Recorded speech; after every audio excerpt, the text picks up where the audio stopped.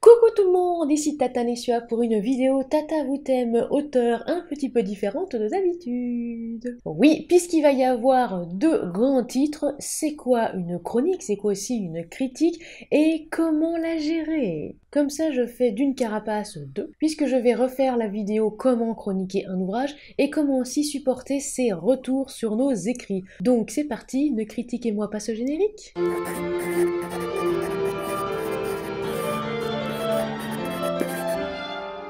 Pour ne louper aucune vidéo, abonnez-vous et activez la cloche. C'est quoi une critique? Nous allons commencer par la définition de critique. C'est le nom féminin qui vient du grec kritike tekne. On admirera effectivement mon super accent. L'art de juger et de kreinen. Je suis en train de faire un mélange d'allemand bizarre là. Donc petit 1, art de juger les œuvres littéraires ou artistiques. Petit 2, jugement porté sur une œuvre littéraire ou artistique. Petit 3, examen détaillé visant à établir la vérité, l'authenticité de quelque chose. Oui, j'ai laissé cette définition, vous comprendrez un petit peu après pourquoi. En synonyme, on a analyse et jugement. Alors on a aussi la critique, à savoir, j'ai presque envie de mettre un C majuscule, même s'il n'y en a pas, mais c'est pour un petit peu différencier les deux. C'est-à-dire l'ensemble de ceux et celles qui, dans les médias, portent des jugements sur les œuvres. Ah ouais, alors elle en a pensé quoi la critique? Voilà, à ce moment-là, on parle pas d'une seule personne, on parle d'un ensemble.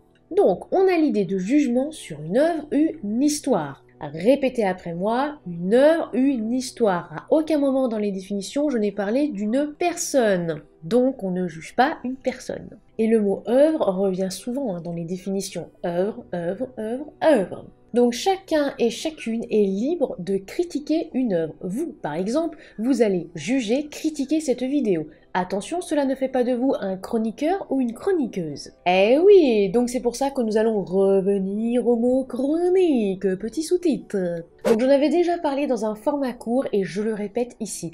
Une chronique, contrairement à un avis, est une critique assez longue ou du moins détaillée, attention je n'ai pas dit spoiler, sur une œuvre. C'est un travail la chronique. Quand un avis ça peut être dit ou balancé comme ça, ouais franchement je suis d'avis que les artichauts il faudrait vraiment les supprimer de cette planète. Au contraire, une chronique c'est une lecture critique d'une œuvre.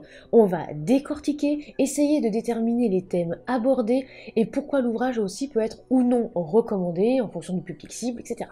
La chronique est souvent selon des critères, un barème, on peut attribuer une note ou pas. Bref, si vous avez l'habitude des critiques littéraires ou même par exemple au ciné, vous voyez de quoi je parle. Les critiques par exemple ciné du Monde, pour ne parler effectivement que de ce journal-là, elles ne font pas quelques lignes, elles sont souvent aussi argumentées et c'est pas juste ouais ce film est génial, allez le voir, ou au contraire non mais ce film est nul, passez votre chemin. Non, ça va plus loin que ça. Et pour encore un petit peu insister là-dessus, vous pouvez dire, à mon avis, cet ouvrage est pas terrible. Quand une chroniqueuse comme moi dira, cet ouvrage n'est peut-être pas conseillé pour toi, au vu de tes goûts ou des thèmes qu'il aborde, je te propose plutôt celui-ci ou celui-là. Et oui, c'est aussi ça le travail d'un chroniqueur et d'une chroniqueuse. Pourquoi faire une chronique ? Et tous en cœur s'il vous plaît. Déjà parce que ça permet à l'auteur, à l'autrice de savoir ce qu'un lecteur ou une lectrice pense de son ouvrage. Ensuite, parce que ça fait toujours plaisir.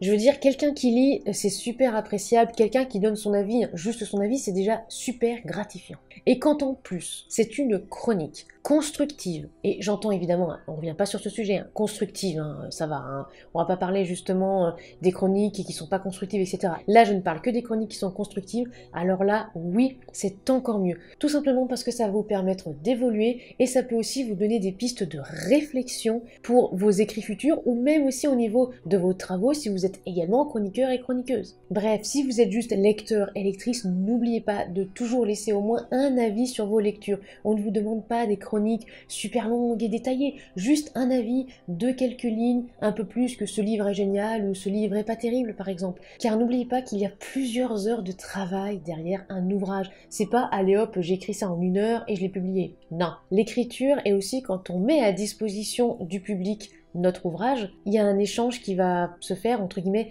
pas forcément qu'on attend, puisque des fois il y en a qui n'attendent pas d'échange, mais disons qu'il y a l'idée aussi du partage. On partage justement ce que l'on a écrit, et on attend, ou pas. En tout cas, je vais parler pour moi. J'attends effectivement de savoir si les autres, ceux et celles qui l'ont lu, ont été transportés dans mon univers, ont compris aussi, parce qu'il y a beaucoup de messages dans mes écrits, est-ce qu'ils et elles ont compris les messages voilà, que j'ai voulu transmettre? Ça, c'est vrai que c'est très important pour moi, même juste en avis, de savoir ce qu'ils et elles en ont pensé. Et si en plus il y a des retours type chronique, bah franchement, mais c'est génial. Et peu importe d'ailleurs la note de la chronique, ou s'il n'y a pas de note, peu importe le ressenti, tant que c'est constructif, mais j'adore ça en fait. Il est vrai que quand on écrit, ça nous touche en fait de voir à quel point on a réussi à plonger en fait un individu dans notre univers, comment il a réagi peut-être par rapport au perso, par rapport à leur réaction, est-ce que la fin justement lui a plu ou pas du tout. Enfin aussi, et il faut quand même le rappeler, ça fait une belle promotion pour le livre. Ne vous inquiétez pas, je vais revenir justement là-dessus par rapport au côté promotion. Une chronique, qu'elle soit publiée sur un blog, sur Facebook, sur Simplement Pro, sur une autre plateforme, je pense par exemple à Babelio, Booknode ou même Amazon. Ça permet de parler du livre à certains lecteurs, à certaines lectrices qui n'en auront peut-être jamais entendu parler. Pour cela, effectivement, il faut un petit peu multiplier les plateformes, surtout si par exemple, je vais dire ça comme ça, mais si votre blog n'a pas beaucoup de visites par jour, il est vrai que du coup les chroniques que vous allez mettre dessus, à moins de les partager sur un autre réseau, n'auront pas forcément beaucoup de visibilité. En revanche, si par exemple votre blog a 3000 visites par jour, là effectivement, dès que vous allez poster un article, il va y avoir de la visibilité. Autre exemple, en allant sur Babelio, je me suis rendu compte qu'il y avait un ouvrage qui avait 50 retours. Je me suis dit, ah, ça, c'est intéressant. 50 retours, c'est déjà pas mal. Alors, est-ce que ça fait plus vendre les chroniques? C'est une question que l'on m'a souvent posée et donc je dirais, ça dépend. Tout simplement parce que déjà, c'est de la com, c'est de la communication, les chroniques. Sans com, vous ne savez pas quel livre ou quel film sort. Il est vrai que quand vous allez vous balader justement dans les rues, souvent en centre-ville, il va y avoir des affiches de films, des affiches pour des livres qui vont sortir, ouais, le nouveau livre de machin est sorti, etc. C'est de la communication. Quand justement vous allez feuilleter un magazine qui n'a rien à voir avec le monde littéraire, mais qu'il y a une petite chronique sur un ouvrage, c'est de la communication. Et là, du coup, vous allez peut-être pouvoir vous dire, ah ouais, ce que cette journaliste a écrit sur cet ouvrage, ça me parle. De la communication. Après, oui, vous pouvez très bien aller voir des films sans avoir vu les critiques avant, et donc finalement sans savoir si votre critique préférée a aimé ou pas. Ça peut être aussi pareil pour des ouvrages. Vous pouvez très bien tomber sur un ouvrage et vous dire, ah oui, celui-là, je l'aime bien, et ne pas regarder aussi les étoiles qu'il y a eu, les notes, etc.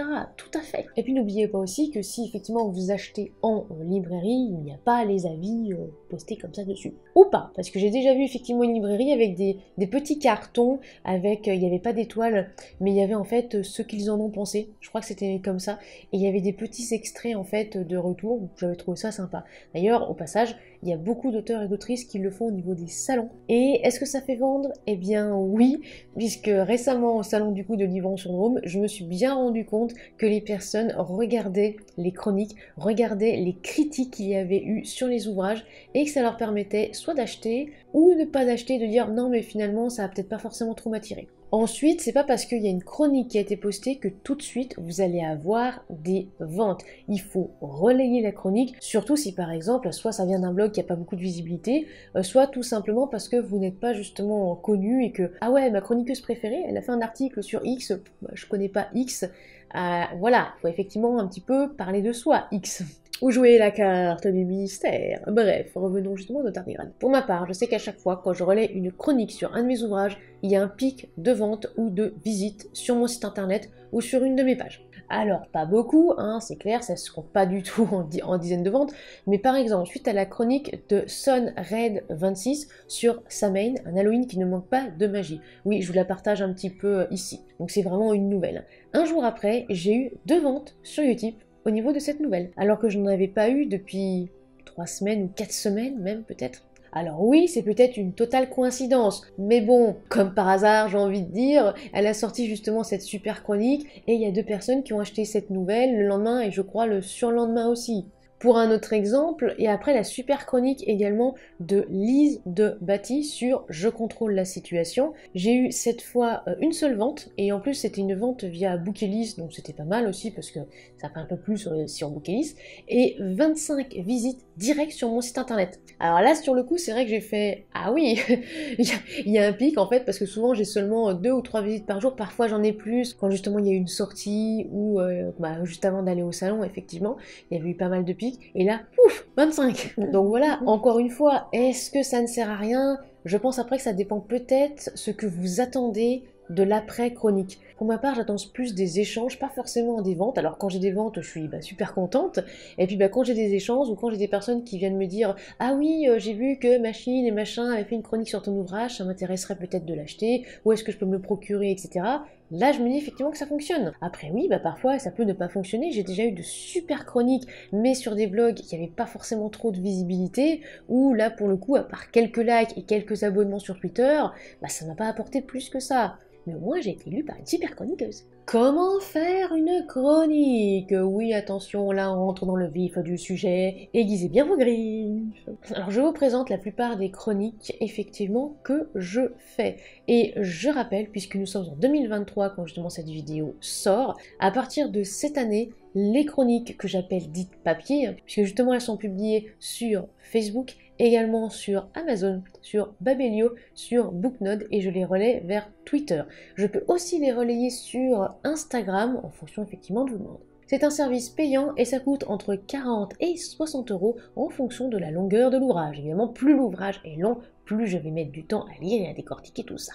Je dispose d'un barème sur 100 points. Et je dis 100 points environ, car pour l'auto-édition et les petites maisons d'édition, je rajoute 5 points. Voilà, vous avez justement 5 points accordés. Et quand c'est un primo-roman et ou que je lis une histoire pour la première fois de l'auteur et de l'autrice, je rajoute aussi 5 points. Puisque je sais que la plupart des primo-romans peuvent être maladroits, qu'il peut y avoir quelques erreurs, et je ne suis absolument pas là pour enfoncer, je suis là pour encourager. Et ne vous inquiétez pas, je ramène le score sur 5 à la fin. Et avec Excel, c'est ultra rapide. J'ai des catégories, je mets les points, plein de notes partout, au début c'est sur 20 et après on ramène à 5. Et si justement vous me posez la question pourquoi j'attribue des notes? Alors ça date d'il y a très très longtemps. Au début, quand justement je n'avais qu'un blog sur Skyblog, ouais je sais, ça remonte à loin. Et après sur Facebook, à un moment j'ai arrêté les notes, parce que je trouvais ça trop scolaire et j'appréciais pas forcément non plus d'attribuer des notes, mais on me l'a demandé en fait. J'arrêtais pas d'avoir des demandes, non mais moi en fait j'aimerais bien avoir des notes parce que les notes c'est visuel, parce que c'est un chiffre, parce que ceci, cela. Donc au bout de quelques mois, je crois 3-4 mois, je me suis remise aux notes. Donc les personnes qui viennent me voir pour me dire ouais mais ce serait bien que tu mettes pas de notes, etc. En fait le souci c'est qu'on me l'a demandé parce que malheureusement on est un petit peu dans un système où tout doit être noté, où on doit, voilà, on doit dire est-ce que vous recommanderiez justement ce service à un ami entre 0 et 10, etc. Tout est noté, donc malheureusement on est un petit peu tous formatés à ça. Je sais que c'est dommage, mais si je m'y conforme pas, j'ai un petit peu peur aussi, moi, de perdre du monde parce que je ne fais pas comme tout le monde. Donc je sais que c'est pénible, mais pour le moment, je m'y conforme. Ensuite, revenons à pourquoi du barème et comment je fonctionne. Je me mets à la place de celui et de celle qui a écrit. Déjà, ça prend du temps, ça prend du temps, donc c'est aussi pour ça que je décortique. Mettre juste, ah ouais, c'est cool, je t'attribue 5 étoiles. Oui, ça fait plaisir, c'est complaisant même, mais est-ce que mes persos étaient assez développés? Est-ce que c'est fluide? Est-ce que c'est cohérent dans mon univers? C'est exactement pareil ce que je me dis pour un ouvrage que je suis en train de lire. Est-ce que l'univers est cohérent? Est-ce que les personnages dans cet univers, ça marche? Et je sais que ma façon de faire, on me l'a souvent reproché en fait, mais après il y en a beaucoup aussi qui ont aimé, parce que c'est presque une bêta lecture comme disent certains. Mais je prends mon rôle déjà très très au sérieux et normalement, si vous dites que ma chronique c'est une bêta lecture, ça veut peut-être aussi dire que vous n'avez jamais eu de vraie bêta lecture, car attention, je me rends compte, même beaucoup après toutes ces années, que certaines personnes ne font pas de vraie bêta lecture. Alors moi je vais un petit peu plus que la bêta lecture, certes, mais parfois il y en a qui font même pas en fait de vraie bêta lecture. Donc oui, c'est vrai que je fais un travail presque éditorial, de fourmi, ce que je décortique, mais alors vraiment tout, quand je dis que je décortique tout, ça va aller jusqu'à vos enchaînements, ça va aller aussi jusqu'à la fluidité, l'ensemble, la MEP bien sûr, la mise en page, et quand je dis déjà une incohérence, c'est -2. Et quand je dis incohérence, c'est que je vérifie et que je peux aussi des fois vous poser un petit peu des questions à la fin pour vérifier si c'était bien incohérence ou pas. Quand il y a un personnage qui revient, je le note avec un symbole différent des autres. Je note aussi les lieux. Quand il y a des erreurs de mise en page, par exemple, c'est -1. Si c'est orthographique, ça va dépendre. Une erreur de conjugaison, c'est -0,5. Une erreur de grammaire, c'est -0,2, parce que la grammaire, c'est très chiant. Et une erreur, disons, basique. Par exemple, le « ya », ou le « et bien » qui serait mal écrit, ou encore comme même au lieu de quand même, ou le RIA aussi, le fameux RIA qui n'existe pas, c'est -1 direct. Il y a également un quota pour les fautes, donc si par exemple vous le dépassez, avant je mettais justement les points maximum, on va dire dans cette catégorie, mais il y a trop de fautes, donc c'était entre -5 et -10, ça dépendait. Donc oui, vous partiez quand même avec pas mal, d'après un mois. Désormais, j'arrête ma lecture. Voilà, maintenant c'est dit, on est en 2023, quand je vois encore des ouvrages publiés avec des RIA ou avec des IA qui ne sont pas bien écrits, ou des eh bien aussi qui ne sont pas bien écrits, ou aussi avec une mise en page qui n'est absolument pas professionnelle, en fait non, stop. Là, clairement, et je ne vous recommanderais pas, et désormais si vous m'injuriez, que vous m'insultez, quand je vous explique que l'ouvrage n'est pas professionnel parce que vous avez fait des erreurs. Et bien vous passez directement ce que j'appelle sur une red list. Alors c'est pas une blacklist, c'est une red list, à savoir, tant justement que vous n'avez pas fait les modifications sur votre ouvrage, eh bien je ne voudrais pas travailler avec vous.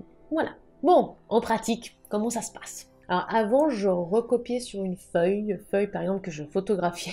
La preuve ultime, comme quoi justement bien j'ai lu, maintenant c'est sur carnet ou sur PC. Car oui, il faut prendre des notes, hein. Quand justement on lit un ouvrage, déjà pour vérifier aussi les incohérences, si par exemple X est allé avec Y à un lieu, et qu'après Y va avec X dans un lieu qui est exactement le même que le premier mais qui n'a pas le même nom, est-ce que c'est une dimension parallèle ou est-ce qu'il y a une petite incohérence? Ou encore que X est allergique par exemple aux oignons et qu'un peu plus tard, eh bien, il commande justement quelque chose avec des oignons et qu'il n'y a absolument pas du tout de réaction du personnage ou de ses amis. Et que ça passe comme ça, qu'il n'y a rien, qu'il n'y a pas de souci, du coup on se demande est-ce qu'il est vraiment allergique ou pas. Oui, ça aussi c'est une incohérence, et là pour le coup l'auteur n'avait pas forcément fait gaffe. Bref, ensuite, chroniqueur et chroniqueuse, n'oubliez pas d'être clair sur les genres acceptés ou non. Je n'accepte pas par exemple de porno machin ni de dark romance. C'est ainsi, je m'en excuse pour les auteurs, les autrices ou même aussi les maisons d'édition qui aimeraient me soumettre ce genre d'ouvrage,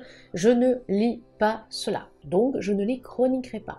Pour tout le reste, je lis sans problème, que ce soit fiction ou pas, que ce soit de l'historique, du policier, du thriller, peu importe en fait, ou même justement que c'est du inclassable, je lis le reste. Même le gore, l'horreur, ça y a absolument aucun souci. Après, je mets juste un petit haut là, si jamais il y a des trigger warnings, à savoir des avertissements, dans ce qu'on appelle aussi des TW, merci de me les transmettre. Je lis en numérique ou et en papier. Disons qu'il n'y a absolument aucun problème pour moi de lire en numérique, même un ouvrage qui ferait 1000 pages en numérique, il n'y a absolument aucun souci, je n'ai pas de problème spécifique avec ça.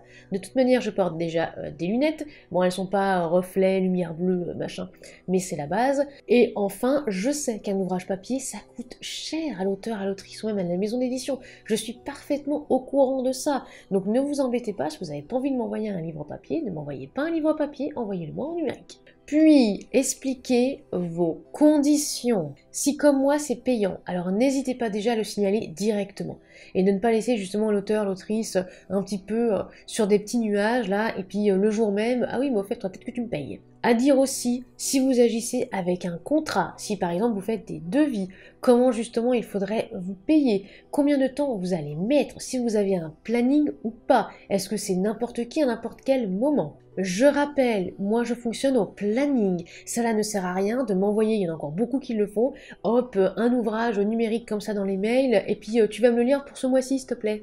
Bon, parfois, il n'y a même pas de bonjour ni de s'il te plaît. Non, ça ne fonctionne pas, ça ne marche pas avec moi. Je fonctionne au planning. Là, pour le coup, je crois que donc je vais tourner quand je tourne. Donc la vidéo va sortir en février. C'est à peu près plein jusqu'à avril. Donc autant vous dire, si justement vous avez envie d'une chronique de ma part, inscrivez-vous pour avoir des places à partir de mai. Et puisque je ne travaille pas en août, il n'y a pas de chronique en août, il n'y a pas non plus de lecture en août. Donc si votre ouvrage sort en septembre, prévoyez bien à l'avance pour avoir votre créneau en septembre. Sur quel site vous mettez vos chroniques? Pour ma part, et je le rappelle, je ne crée pas de fiches de votre ouvrage, que ce soit sur Babelio, Booknode ou peu importe, je ne les crée pas. Je sais que certains et que certaines le font, pas moi, je n'ai pas le temps de le faire, pour moi c'est le travail de l'auteur, de l'autrice ou des maisons d'édition, ce n'est absolument pas le travail des chroniqueurs et des chroniqueuses, ça fait partie encore une fois de l'aspect communication de votre ouvrage. Et puis au passage, dans la mesure du possible, ne critiquez pas les chroniqueurs ou les chroniqueuses qui ne veulent pas aller ou se balader n'importe où pour déposer la critique. Je veux bien qu'on me dise, s'il te plaît, est-ce que tu peux la déposer sur X site, etc. Si vous me mettez le lien, si vous me facilitez effectivement la tâche, il n'y a absolument aucun problème, si j'ai le temps, je le fais. Mais alors des fois de me dire est-ce que tu pourrais la mettre sur là, et juste une énumération, il n'y a pas de site internet, et en plus parfois il faut se créer un compte, c'est extrêmement pénible. Non mais get out en fait. Non. ou alors il faut que ce soit clair dès le départ. Il y en a effectivement dès le départ qui me demandent est-ce que tu pourrais mettre par exemple ta chronique sur tel site, etc. Quand je le sais d'avance, oui là je peux effectivement anticiper. Bon, passons à une autre pratique. Je vous présente grosso modo ce que je relève ou pas. Vous pouvez effectivement le prendre en exemple. Il y a Mélanie Desforges d'ailleurs qui m'avait un petit peu copité, mais j'étais d'accord, hein, rassurez-vous, à ma manière effectivement de faire. Il y a d'autres chroniqueurs et chroniqueuses qui m'ont déjà demandé aussi comment je faisais, comment ça se passait, etc. Il n'y a absolument aucun problème, je peux échanger sur ma manière de travailler, il n'y a aucun souci. Je suis complètement transparente et je suis pas en mode ah là là, c'est à moi, etc. Alors oui, le fichier Excel avec les notes et la manière, on va dire, de ces noter, j'ai quand même mis pas mal de mois à élaborer le truc. Oui, ça non, je crois que je l'ai montré qu'une fois à quelqu'un, mais c'est tout. Les points importants, déjà l'univers de base, les thèmes abordés, où est-ce qu'on est? Est-ce qu'en lisant au hasard une page, on capte direct où on est ou où on n'est pas? Est-ce que c'est cohérent, réaliste au niveau aussi de cet univers? Est-ce que tout s'accorde parfaitement? Je vais donner un exemple complètement pif. On est dans un univers inventé, fantasy, on est sur une autre planète, dans une autre dimension, avec des créatures étranges et tout ça, et puis il y a des expressions bien de chez nous. Pourquoi il y aurait des expressions bien de chez nous alors que visiblement ce ne sont pas des terriens et des terriennes? Là, encore une fois, c'est un manque de cohérence de l'univers. Vous êtes justement sur une autre planète avec d'autres peuples, il faut qu'il y ait d'autres expressions. Ou alors expliquer pourquoi ils auraient justement emprunté des expressions terriennes. L'histoire, est-ce que l'histoire est linéaire ou pas? Est-ce qu'elle se suit, c'est-à-dire de bout en bout? Est-ce qu'il y a parfois des retours en arrière? Est-ce qu'il y a un petit peu de complexité? Vraiment, notez ça au niveau de l'histoire. Est-ce que, et alors là je sais que je vais parler peut-être un petit peu cru, mais c'est pour que tout le monde comprenne. Hein. C'est pas du tout ce que je fais dans mes chroniques, mais c'est pour que tout le monde comprenne. C'est bon, vous avez compris? Est-ce que l'histoire est scolaire? Est-ce qu'au contraire l'histoire est complexe, mais on arrive, on va dire, à récupérer les rouages, soit à la fin du tome, soit à la fin de cet OS, soit à la fin de la saga, peu importe. Oui, l'air de rien, c'est du travail. Hein. Les personnages. Est-ce que les personnages sont déjà cohérents dans cet univers? Est-ce que les personnages sont cohérents entre eux? Est-ce que les relations entre les personnages sont assez développées, sont profondes? Est-ce que justement le personnage X, Y ou Z, vous pourriez justement le poser à côté de vous et il n'y a absolument aucun problème, vous pourriez discuter avec lui ou partir à l'aventure avec lui ou elle? La construction. Le fond, la forme, car je rappelle, oui, le fond c'est important, la forme aussi, parce que désolé, je n'ai pas envie de m'arracher les rétines en vous lisant. L'orthographe, grammaire, conjugaison, mais également la mise en valeur des idées, à savoir comment vos idées ont été mises ou pas en valeur. Le respect aussi des règles typographiques, le respect aussi avec les virgules et les conjonctions de coordination, puisqu'il y en a encore qui font cette erreur, alors qu'il existe quand même des logiciels qui permettent de faire un premier travail. Oui, les plus et les moins, en fonction bien déjà de l'univers, de l'histoire en elle-même, et aussi en fonction du genre ou pas. Par exemple, si on est dans le genre SFFF, est-ce que cet ouvrage pourrait être recommandé à des personnes qui apprécient le livre dans ce genre ou pas du tout? Et si par exemple vous avez un petit peu du mal au niveau des genres, n'oubliez pas, il y a une petite fiche, les genres de l'ouvrage. Ensuite, pourquoi? Qu'est-ce qui manquerait? Au contraire, qu'est-ce qui peut plaire justement à ces personnes-là? Quelle tranche d'âge? Quel serait justement aussi le public cible? Car oui, une œuvre a un public cible. Et avant de publier la chronique, on vérifie ce qu'on dit, les faits. Balancer qu'il y a une incohérence sans argumenter, je dis bof. Et quand je dis bof, vous n'êtes pas obligé de le mettre forcément dans la chronique. Vous pouvez dire il y a quelques incohérences, mais parlez-en à l'auteur et à l'autrice peut-être avant de publier cette chronique. Car peut-être qu'il et elle a une explication, ou peut-être tout simplement qu'il et elle ne l'avait pas vue. Et vérifiez que vous n'avez pas lu de travers. Alors, exemple avec un tweet de Christophe Martinoli, je lis le retour. Aucune cohérence dans le récit. Elle a prévu de quitter la ville par les boyaux qui sont condamnés par sécurité. Donc il faut faire quelque chose pour passer par là. Non, il suffit d'y aller, aucun obstacle. Et en plus, elle désactive sa tenue intelligente, mais s'en sert pour cicatriser une plaie. Aucune originalité, des emprunts en grand classique de la SF, écriture sans style, passez votre chemin. Or, comme l'auteur l'a partagé au niveau du tweet, eh bien, en réalité, c'est expliqué, donc ce ne sont pas des incohérences. Donc cette personne, en fait, a peut-être pas compris, ou a sauté des pages, ou lu aussi, on va dire, en diagonale. Je l'avais d'ailleurs déjà expliqué au niveau de Rattrape-moi par rapport au contrat entre Mathieu et Morgane. En réalité, le contrat n'existe plus au début, et ce n'est pas un spoiler, puisque dès le début, il n'existe plus. Or, il y a des lecteurs et des lectrices, et même parfois des chroniqueurs et des chroniqueuses qui sont venus me dire avant de publier leur chronique, non mais en fait t'as fait une petite incohérence là, hein, t'as pas oublié le contrat. Alors non, je l'avais pas oublié, c'est effectivement mentionné. C'est juste que ces personnes n'ont soit pas fait attention, soit ont lu trop vite pour X raisons. C'est pas forcément parce que il et elle ne voulaient pas lire, ça peut être tout simplement parce qu'on est tellement pris dans l'histoire qu'on zappe une ligne ou qu'on ne retient pas forcément l'information. Donc à ce moment-là, c'est à moi, et quand j'ai lu d'ailleurs, je l'ai retravaillé, puisque oui, maintenant ça a changé de nom d'ailleurs, j'ai insisté vraiment sur cette destruction de contrat. Et je me permets aussi d'insister sur ce point. En tant que chroniqueuse, je fais super gaffe, et quand j'ai un doute, je préfère vraiment demander directement à l'auteur et à l'autrice, quitte à me manger des injures ou des insultes, hein, car oui, c'est arrivé, si j'ai bien capté, tout simplement pour éviter aussi les quiproquos. On ne lit pas les critiques des autres. Je vous le déconseille, j'aime pas, hein, pour ma part, être influencée. Après, si vous avez envie de le faire, hein, faites-le. Mais pour mes lectures perso, pour les choisir ou en salon comme aux optimales, parfois je peux lire ce que les autres m'ont pensé. Et je me dis oui, pourquoi pas. Et parfois je suis aussi déçue. Donc j'évite de lire les critiques des autres, même pour des fois mes choix personnels. On réfléchit au message et au pourquoi cette histoire. Non, écrire un livre, c'est pas anodin, ça se fait pas en un claquement de doigts. Parfois, il n'y a aucun message derrière, hein, on veut juste écrire, hein, puis voilà, parce que ça nous détend. Parfois, il y a une volonté, c'est à vous, chroniqueurs et chroniqueuses, d'essayer de la déterminer. Et après aussi, ça peut être écouter l'auteur et l'autrice vous en parler. Soignez l'écriture, la rédaction de votre chronique. Rien n'est plus horrible pour mes rétines de relire une chronique de 15 lignes affublée de 15 fautes, que ce soit la lire, la relire, c'est vrai. Pitié, chroniqueurs et chroniqueuses, relisez-vous. Le minimum vital, je sais bien qu'il y a des fautes qui peuvent se glisser, mais relisez-vous. Voici des exemples de chroniques avec des personnes que j'apprécie beaucoup, des personnes qui font un vrai travail de chroniqueurs, de chroniqueuses. Donc si jamais vous en avez besoin, n'hésitez pas à les contacter. N'oubliez pas que j'en avais déjà parlé dans la vidéo appel justement aux chroniqueurs. Et oui, je le rappelle aussi, c'est un travail. Il y en a qui le font bénévolement et d'autres qui se font rémunérer. Ce n'est absolument pas à vous de juger.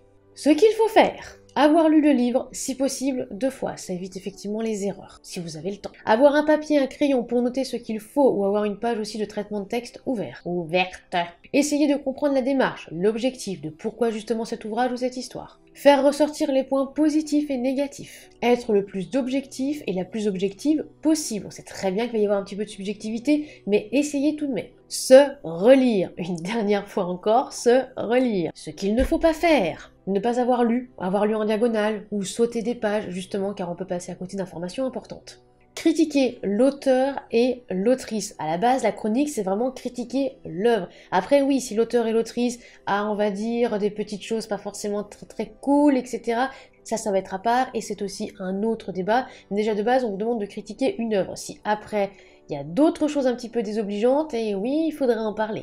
Mais peut-être pas dans la chronique. Dire que c'est nul ou c'est trop bien, sans argument, ou vraiment, on va dire, en reprenant des petites choses du résumé. Parce que ça aussi, hein, j'en lis des chroniques, j'ai l'impression que les personnes n'ont pas lu l'ouvrage, elles ont juste récupéré des informations du résumé. Ne pas spoiler, ou alors mentionnez-le, je vais divulgacher un petit peu à ce moment-là, un petit peu comme fait Canal Friendo justement sur sa chaîne YouTube. Lire les autres chroniques de l'ouvrage avant, ça pour moi c'est get out. Ne le faites pas car vous risqueriez justement d'être influencé, et ça ne va absolument rien apporter à l'auteur, à l'autrice ou aux maisons d'édition. Et voir aussi la cible de grammes pour les arguments à la chaîne YouTube, justement Le Chat Sceptique, si vous avez un petit peu du mal au niveau de l'argumentation. Comment gérer la critique? Oui, voilà, on en est justement à ce deuxième point. Direct, si la critique n'est pas constructive, qu'elle est mensongère ou méchante, c'est get out. Complètement, basta. On a déjà parlé, ne perdez pas votre temps, restez dans l'idée que vous devez évoluer, oui, mais pas prendre des coups juste pour prendre des coups. Et ici, non, je ne tends pas l'autre jour. Identifiez déjà ce que la personne a voulu dire, a voulu pointer, a voulu peut-être, on va dire, peut-être retenu de sa lecture. Est-ce que par exemple la personne a pointé des incohérences? Si c'est le cas, alors si elle vous en a parlé, quand je dis elle c'est la personne, si elle vous en a parlé avant ou pas, est-ce que vous avez vérifié? Est-ce que bon bah mais à culpa il y a eu justement une erreur, ou est-ce qu'au contraire ça veut dire que la personne soit n'a pas forcément compris ce que vous avez voulu dire, hein, c'est possible aussi, hein, parfois on ne comprend pas forcément certains passages parce que soit c'est maladroit, soit c'est bancal, soit c'est trop flou, etc. Soit c'est tout simplement parce que la personne a envie de chercher.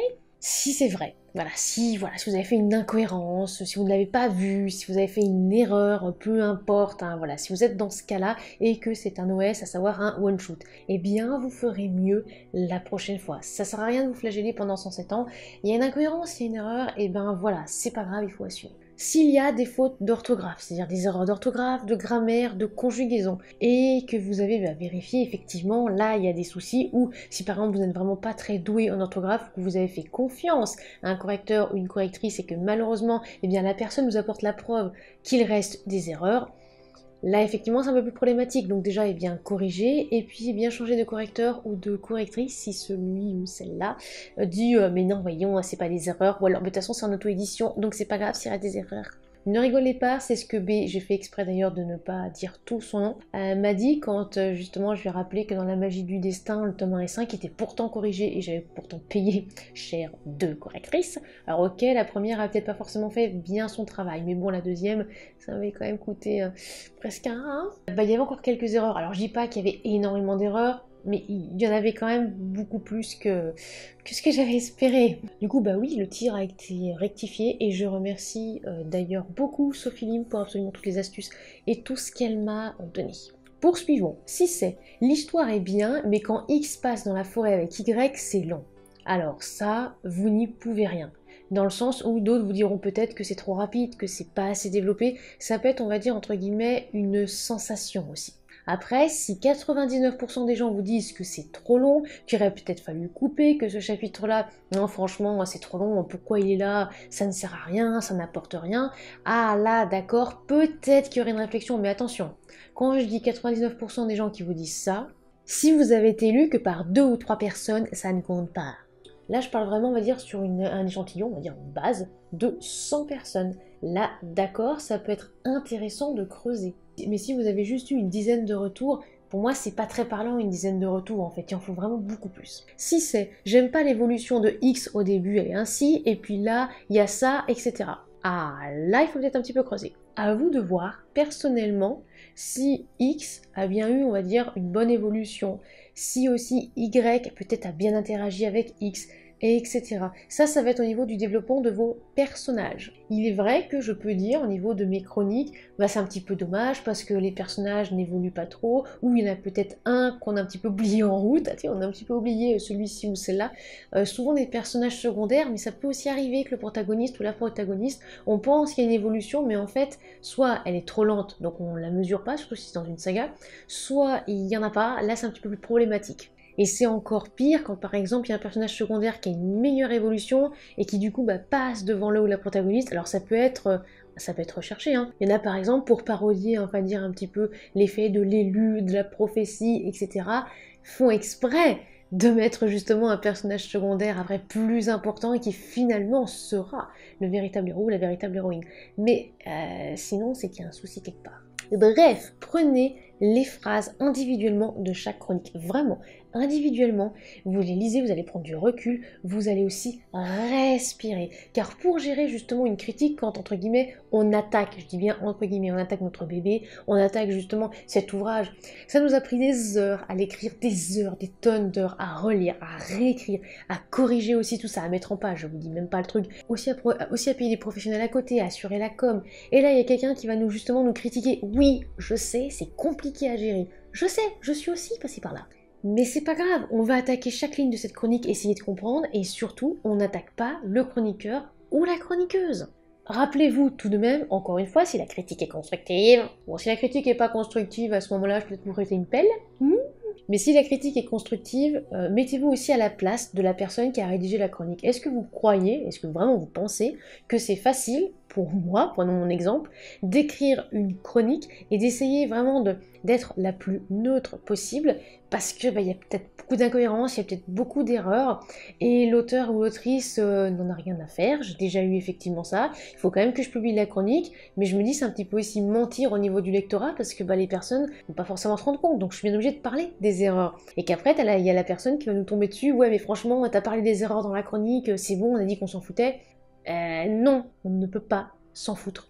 Donc oui, je le dis. Dites-vous bien que ça fait jamais plaisir hein, quand par exemple je mets... Alors, ça n'a jamais été publié, mais je crois qu'il y a un ouvrage, à un moment, si j'avais vraiment voulu lui mettre la note, je ne lui ai pas mis la note. Hein, d'ailleurs, la chronique n'a pas été publiée, l'auteur n'a pas voulu. D'ailleurs, je sais même plus si l'auteur m'avait... Non, je crois que ça s'était plutôt bien passé pour ce coup-là. Il aurait eu 0,7 sur 5. Il y avait beaucoup trop de choses à revoir, mais vraiment beaucoup trop. J'avais vraiment l'impression que c'était en fait un premier jet, c'était très brouillon. Il y avait même des fois, je vais pas dire des mots raturés, mais il y avait vraiment des formulations qui n'allaient pas, qui étaient essayées d'être reprises. Ça n'allait pas. Sans oublier les fautes d'orthographe, la mise en page, bref, rien n'allait. Est-ce que vous pensez que ça me fait plaisir? Déjà moi j'ai perdu du temps quand même un petit peu à lire et à décortiquer tout ça, et oui, je dis bien j'ai perdu du temps. Tout simplement puisqu'après, vu que l'auteur n'a pas voulu accepter la publication de la chronique, personne n'a su que j'ai lu cet ouvrage, sauf certaines personnes qui peuvent me borner en MP aussi, à ce moment-là je leur dis. Et j'ai perdu 3-4 jours, voilà, pour rien, puisque finalement l'auteur ne changera certainement pas sa manière de faire. Donc merci de respecter les chroniqueurs et les chroniqueuses. Hein. Quand je mange certaines choses dans la poire, souvent je me dis, en plus très souvent, hein, je me dis que l'auteur et l'autrice ne comprend pas que parfois c'est pas mauvais. Vraiment, et vraiment il y a des fois, c'est pas parce que je mets en dessous de 4,5 sur 5 que c'est mauvais, que c'est nul. Je rappelle quand même que 2,5 sur 5, c'est la moyenne. Ça veut dire que quand vous avez 2,5 sur 5, la moyenne c'est quand vous aviez 10 sur 20. Personnellement, quand j'avais 10 sur 20, j'étais très ravie. Voilà, on a l'impression qu'on navigue un petit peu dans des eaux où il faut absolument avoir 5 étoiles, 5 sur 5. Sinon, en gros, ça voudrait dire qu'on est échoué. Mais on n'a pas échoué en fait. Si la personne n'a pas été transportée dans notre univers, c'est pas grave, sa critique est constructive, et bien on fera mieux pour la prochaine fois. En bref, une critique, c'est un jugement, un examen d'une œuvre. Qu'on aime ou pas, il faut être constructif, et surtout n'oubliez pas qu'une chronique n'est pas un avis. Vous avez totalement le droit d'avoir un avis sur ça, ou aussi de ne pas avoir d'avis. Hein, et on oublie un petit peu aussi cette troisième possibilité, vous avez le droit de ne pas avoir d'avis. Vous pouvez très bien écrire quelques lignes, ou par exemple dire je vais déposer mon avis sur Amazon, il y aura quelques lignes, etc.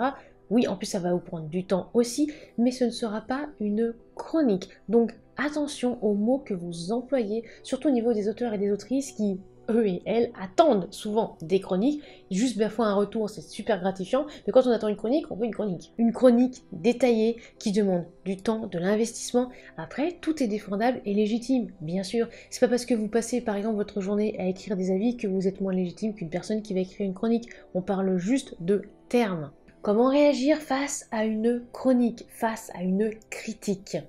Alors, il y a une vidéo plus longue, hein, comment gérer effectivement les retours négatifs, hein, fiche. Non mais vraiment prenez du recul, en fait c'est vraiment ça que je vais insister. Déjà je vous déconseille de lire les critiques au fil des jours, parce que vraiment si par exemple vous recevez une critique, admettons négative mais constructive, hein, le lundi, que vous en recevez une deuxième le mardi, et que le mercredi vous en avez encore une autre, ça voudra dire que vous allez avoir une compilation de négativité. Alors que peut-être que si vous attendiez la fin de la semaine, il y en aurait peut-être d'autres de positives. Après, si par exemple vos retours, ça arrive, on en a aussi déjà parlé en privé, sont tous négatifs, mais constructifs, hein, à savoir c'est pas juste des c'est nul, c'est horrible, etc.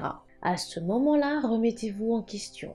Si par exemple vous avez eu 50 retours, je ne vais pas dire le site parce que sinon j'ai un petit peu peur qu'on reconnaisse la personne, et que vous avez beaucoup de 1-2 étoiles, et bon de temps en temps il y a quelqu'un qui met 4 étoiles, voilà, pour encourager effectivement, ça c'est très bien, mais voilà, il y a des petites choses qui sont pointées et tout ça. Oui, vous allez être super ravis parce que hey, j'ai quand même eu 50 retours, hein. D'accord. Mais les 50 retours, c'est pour ça d'ailleurs que vous venez me parler, ils sont un petit peu négatifs et tous pointent vers le même problème. Je pense pas trop que je vais m'étaler là-dessus parce que j'ai vraiment peur qu'on devine de qui c'est. Donc je dirais que c'était vraiment pour le coup des soucis objectifs, ça touchait pas à l'histoire en fait, ça touchait pas à l'histoire, ça touchait plutôt on va dire en termes de construction, voilà. Je vais être large exprès pour pas qu'on devine la personne. Là il faut se remettre en question. Vraiment. Car là, si forcément vous sortez un deuxième ouvrage quelque temps après, je fais tout pour pas qu'on devine, et bien forcément, les personnes vont vous tomber dessus parce que on s'attend à ce que les erreurs ne soient pas reproduites. Donc si elles le sont, forcément, là, il va plus y avoir de 4 étoiles un petit peu complaisant, un peu encourageant, bon, c'est pas grave, etc. Non, là, il se peut effectivement que les commentaires soient un petit peu plus provocateurs et voilà. Et on tranche un peu plus dans le vif. Mais ça, c'est votre faute. Donc n'oubliez pas de vous entourer avec des personnes qualifiées et compétentes. Donc je rappelle, ne lisez pas tous les jours. Faites-le une fois par semaine ou une fois par mois, ce sera largement suffisant. Voilà, c'est la fin de cette vidéo et j'espère qu'elle vous a plu. On se retrouve la semaine prochaine pour une vidéo conseil d'écriture. Et si vous voulez nous soutenir financièrement parlant, vous pouvez passer sur la page Tatanexua sur Utip ou Tipeee. N'oubliez pas de vous abonner, c'est gratuit, de lâcher un like, un commentaire et aussi de partager cette vidéo, ça nous fera très plaisir et ça nous aide aussi au niveau algorithme. Et en attendant la prochaine vidéo, soignez votre plume.